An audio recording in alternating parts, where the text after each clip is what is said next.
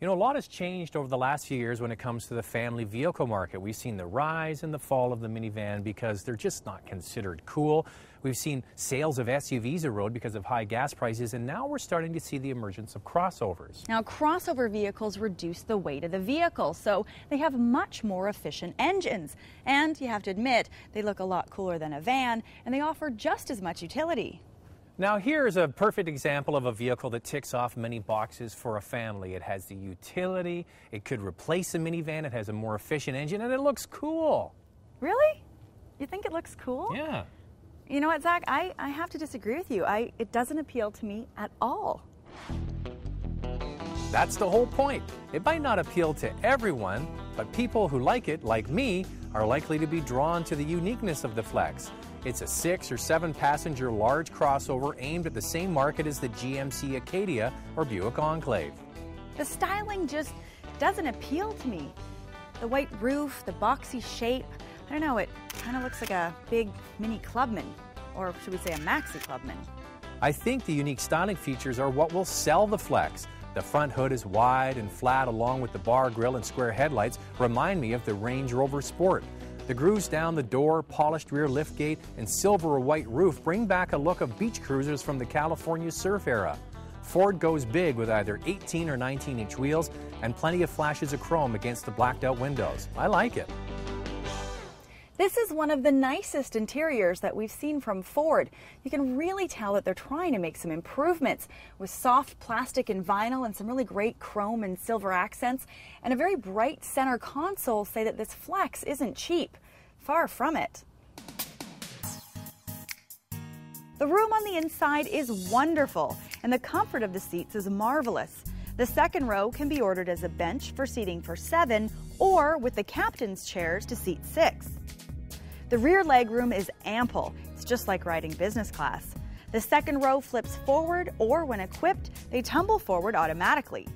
The third row of seats offers good space, and they fold flat into the floor just like a minivan. When the seats are up, they provide a large storage area on the floor. You can get the Flex with a multi-panel moonroof in the back or a conventional sunroof in the front. There's also a very cool ambient lighting option that allows you to dial in up to 7 colors. Even on the base model, the front seats are heated with height adjustment. The steering wheel has radio controls and a tilt feature, but no telescopic option. One option you might want to get is the power adjustable pedals. The stereo has MP3 capability and a 10 gig memory. The Flex can be ordered with navigation, backup camera, power liftgate, and the Sync entertainment system. To see all the options, have a look at our website. Now, Lane, see, I know you're not a big fan of the way this thing looks, but I guarantee you're going to like the way it drives because it's a stretched version of the Taurus X platform. We drove the Taurus X last year on the show, and both of us loved it. I'll be the judge of that.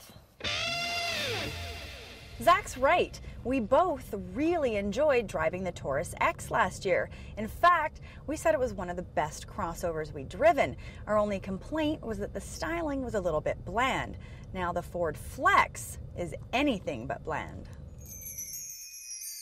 This Flex and the Taurus X are both built up from the platform based on the Volvo S80, so the ride is pretty sophisticated.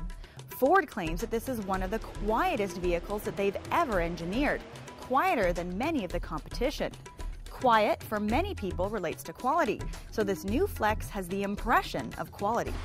The Ford Flex is available in 2 trim levels. There's the SEL and the Limited, and both of them can be ordered with either front wheel or all-wheel drive. Now, either way, all Ford Flex vehicles have a towing capacity of 4,500 pounds, which isn't too much for a crossover, but it's not too bad either.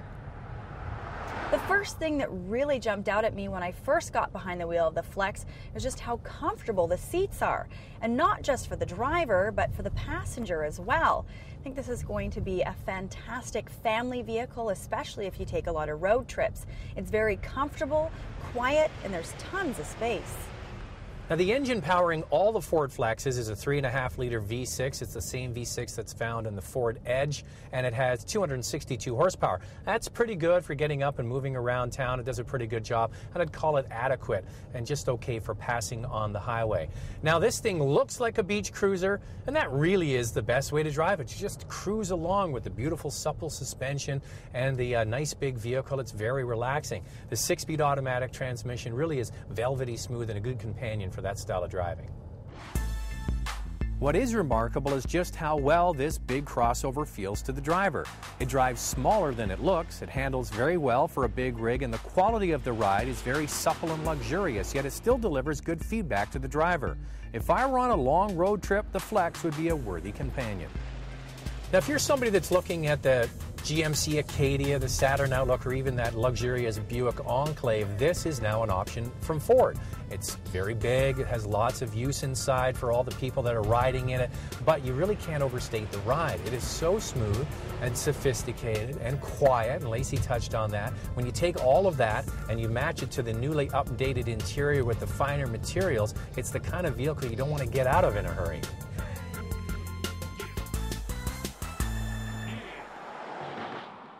The base Flex starts at just under $35,000, which is only $2,000 more than the Edge, and it's only $1,000 more than the Taurus X. And if you want to get the fully loaded version like we have here, it's going to cost you around $50,000. Now, Zach, I can already tell that you like it.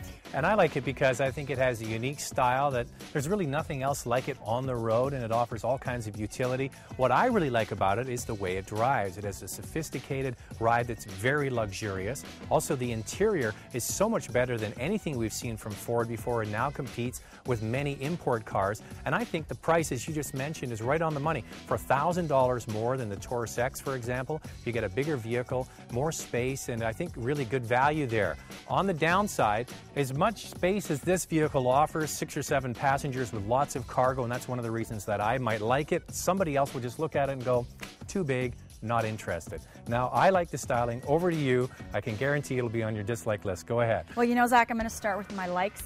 The seats are incredibly comfortable, both for the driver and all the passengers. There's tons of space and it's very usable. And it's got fantastic handling. Even though it is a bigger vehicle, it doesn't feel like one. And the interior is very quiet. On the downside, it's a little bit difficult to get into that third row of seats. And I know I've already mentioned it, but the styling just isn't for me. It is very unique and it stands out, but it's just too boxy. You know what, Lacey? Not to worry. If you don't want the Flex, Ford would be very happy to sell you a Taurus X, one of those very handsome units. You know, Zach, if I bought one, I think that would be the second one I'd seen on the road. Probably.